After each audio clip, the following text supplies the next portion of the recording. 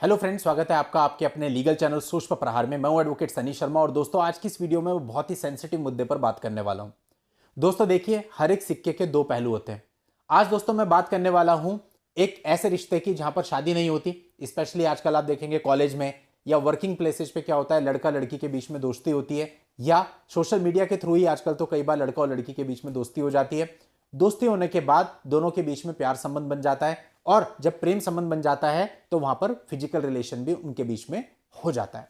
अब दोस्तों ये जो कुछ भी होता है ये सब कुछ एक विश्वास पर होता है। अब दोस्तों ऐसे मामलों में बहुत सारे आपने देखा होगा आजकल फेक केसेस भी आ रहे हैं जहां पर लड़की ब्रेकअप होने के बाद लड़के पर रेप केस फाइल कर देती है जबकि सब कुछ उसकी सहमति से हुआ होता है। लेकिन दोस्तों इसी बात का दूसरा पहलू भी है। यहां पर कुछ लड़कियां ऐसी भी हैं जो कि वास्तव में शिकार हुई हैं धोखाधड़ी का, धोखेबाजी का। यानी कि लड़के ने अपने विश्वास में उसको लिया, प्रेम की पींगे बढ़ाई और प्रेम दिखाया उससे कि मैं तुमसे प्रेम करता हूं, मैं तुमसे शादी करूंगा, और वास्तव में उसको शादी का झांसा दिया और उसके साथ संबंध बना लिए। लेकिन जब लड़की ने शादी करने के लिए कहा तो लड़का कुछ ना कुछ बहाने बनाने लगा, या कहने लगा कि तुम मेरी कास्ट की नहीं हो, या कहने लगा मेरे घर वाले तुम्हें एक्सेप्ट नहीं करेंगे, या किसी और तरह से कोई बहाना बना करके कहने लगा कि मैं शादी नहीं कर सकता।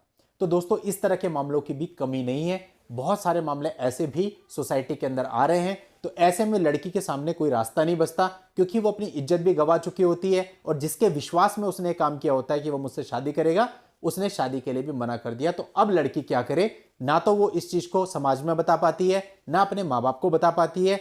मतलब एक परेशानी लड़की के सामने आ जाती है कि वो करे क्या, क्योंकि गलती तो उसकी भी है कि उसने विश्वास किया। लेकिन यहां पर आकर लड़की फंस जाती है। अब अपने माँ बाप को बताती है तो वहां पे भी ऑब्वियसली डांट पड़ेगी क्योंकि जो कुछ उसने किया है वो माँ बाप को बता के तो किया नहीं होगा। अब वो कॉलेज में या वर्किंग प्लेस पे या कहीं और इस तरह के संबंध बने और हो गया। तो ऐसे में बहुत सारी लड़कियों के प्रश्न आ रहे थे काफी समय से कि सर हमारे साथ वास्तव में ऐसा हुआ है, हम क्या करें।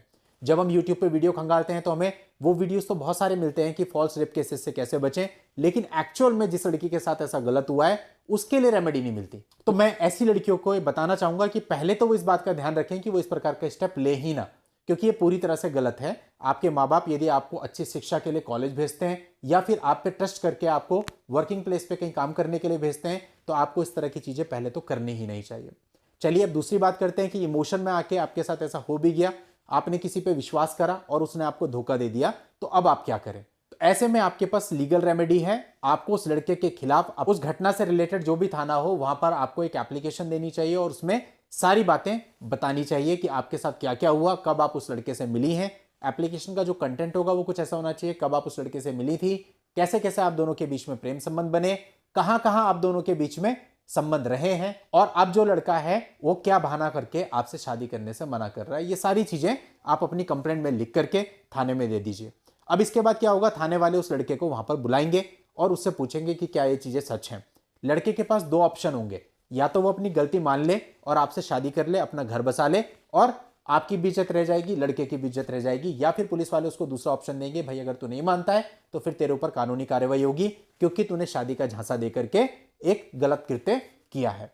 तो इस तरह से आप अपना न्याय ले सकती हैं, लेकिन आपको यह ध्यान रखना होगा समय रहते ही एप्लीकेशन देनी है। ऐसा बिल्कुल ना करें कि आप लेट जाकर के एप्लीकेशन दे रही हैं, 1 साल बाद 2 साल बाद, हालांकि एक्सेप्ट हो जाती हैं लेकिन फिर भी आपका केस कमजोर हो जाता है।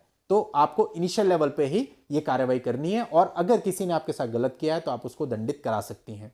लेकिन साथ ही साथ मैं यह भी बिल्कुल कहूंगा कि यदि आपका कंसेंसुअल सेक्स रहा है और आपने अपनी मर्जी से ब्रेकअप किया है तो ऐसे केस में कभी भी किसी लड़के को गलत ना फंसाएं, क्योंकि इससे वो लड़का और उसकी पूरी की पूरी फैमिली बर्बाद हो जाती है, डिस्ट्रॉय हो जाती है, समाज में उनका मान सम्मान प्रतिष्ठा सब नष्ट हो जाती है। तो ये मेरी आप सभी लड़कियों से विनती है, अगर आपके साथ गलत हुआ है तो जैसा मैंने आपको बताया इस तरह से आप अपनी रेमेडी ले सकती हैं, लेकिन इसका मिसयूज बिल्कुल नहीं। तो ये थी मेरी आज की लीगल जानकारी। नेक्स्ट वीडियो में नई लीगल जानकारी के साथ मैं आपसे फिर मिलता हूं, तब तक के लिए good bye and thank you for watching. Take care.